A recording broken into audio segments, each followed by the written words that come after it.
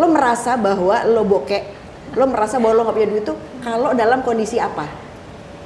Kondisi awes, jujurnya gue mungkin bukan orang yang pas buat ditanyain gitu, karena gue tuh orangnya emang Sultan. bukan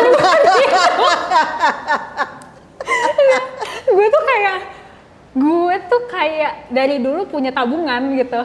Oh, jadi tertib lo, gue tertib administrasi. Bahkan dari SD tuh gue udah nabung gitu, udah punya celengan. Terus kayak misal gue bahkan gue ngerasa gini, misalkan let's say gue punya 10.500.000 gitu ya, gue merasa gue cuma punya uang 500.000 gitu sih. Kayak apa namanya, apa yang membuat lo bisa gitu? luka masa lalu kayak Lagi ngetren sih emang soal trauma masalah lalu ya.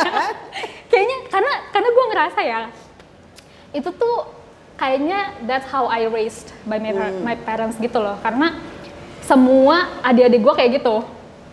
Gitu, jadi gue nggak ngerasa apa namanya, gue berasa itu nurture gitu.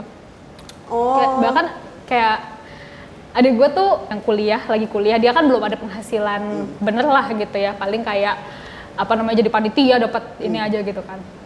Dia tuh punya tabungan yang kayak udah, ya gue nggak nyebut lah ya, udah sekian lah, tapi menurut gue anjir itu gue setelah kerja baru bisa dapat segitu. Iya.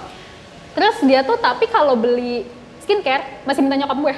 Oh, pintar. Pintar ya. Emang itu strateginya. Iya. Nah, memang kayak misalnya gini, gue tuh nemuin begini. Ada orang-orang yang misalnya kalau dia bilang bokeh, itu artinya duit dia nggak nyampe cepet ribu. Jadi kalau misalnya duit dia masih 105.000, dia nggak akan bilang bokeh. Gue masih punya duit gitu. Ada juga orang-orang yang nggak tahu artinya bokeh.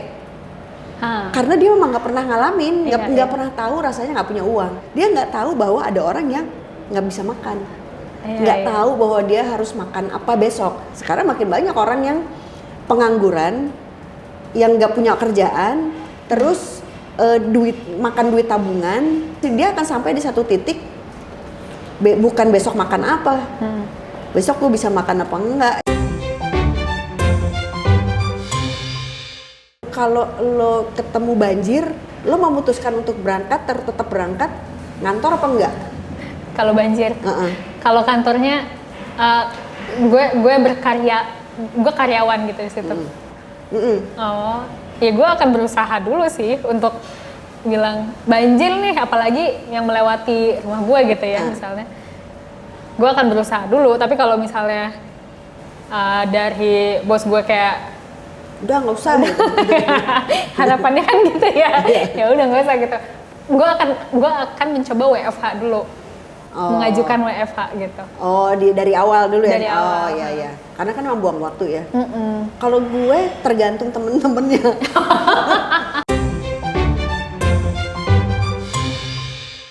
Oh, Jakarta Fair sama PRJ itu sama? Sama.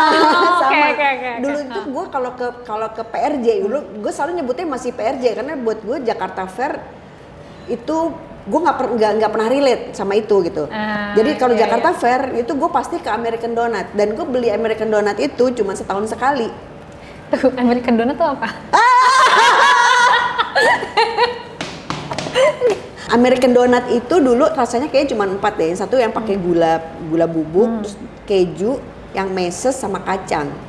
Kayaknya cuma itu. Dan menurut gue dan menurut generasi gue itu yang namanya donat enak banget itu ada American Donut. Cuman ketika kita beli donat itu di gerainya langsung, jadi bukan di Jakarta Fair, kayak rasanya B aja gitu kayaknya.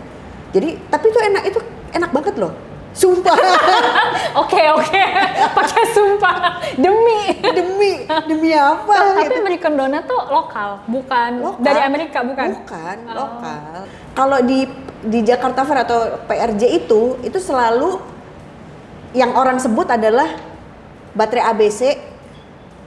Kenapa baterai ABC? Karena dulu tuh kalau begitu masuk itu ada kayak stage tinggi, gerainya batu baterai ABC. Terus di atasnya tuh ada orang-orang yang dwarf itu loh, orang-orang mini-mini yang joget-joget. Dwarf. Iya. Oh beneran dwarf. Beneran orang-orang yang badannya kecil-kecil itu cuma joget-joget. Jadi pada waktu itu tuh dieksploitasi memang. Jadi orang-orang mini-mini itu dieksploitasi, suruh joget-joget situ, dan itu menjadi kayak icon pada semua orang tahu. Terus sampai kayak teman-teman gue kalau ngeledekin gue, lo dasar apa anak ABC gitu, suka gitu ya, itu kan bercandaan barbar era 80-an ya gitu, fisik banget gitu. Iya. Ya itu pasti nggak mungkin kalau sekarang lo nggak bisa lewat loh. Nggak bisa. Dulu di PRJ yang gue inget itu juga emang rame banget, rame. Anak hilang tuh, pengumuman anak hilang terus menerus ada. Lo kalau hilang di situ lo nangis sih. Anjir. Kan penuh banget. Semuanya ketemu nggak ya sama orang tuanya? Nggak tahu. Oh ya gue nggak pernah nanya tuh. Iya kan. Gue tuh emang suka wondering sih, orang-orang hilang kan, bahkan dulu tuh suka ada anak hilang di mall. Oh iya. Ya, suka ngomong ya. Mungkin kalau sekarang sih udah ada handphone kali ya. Jadi kayak. Oh iya, dipegang handphone. Lo pernah hilang nggak?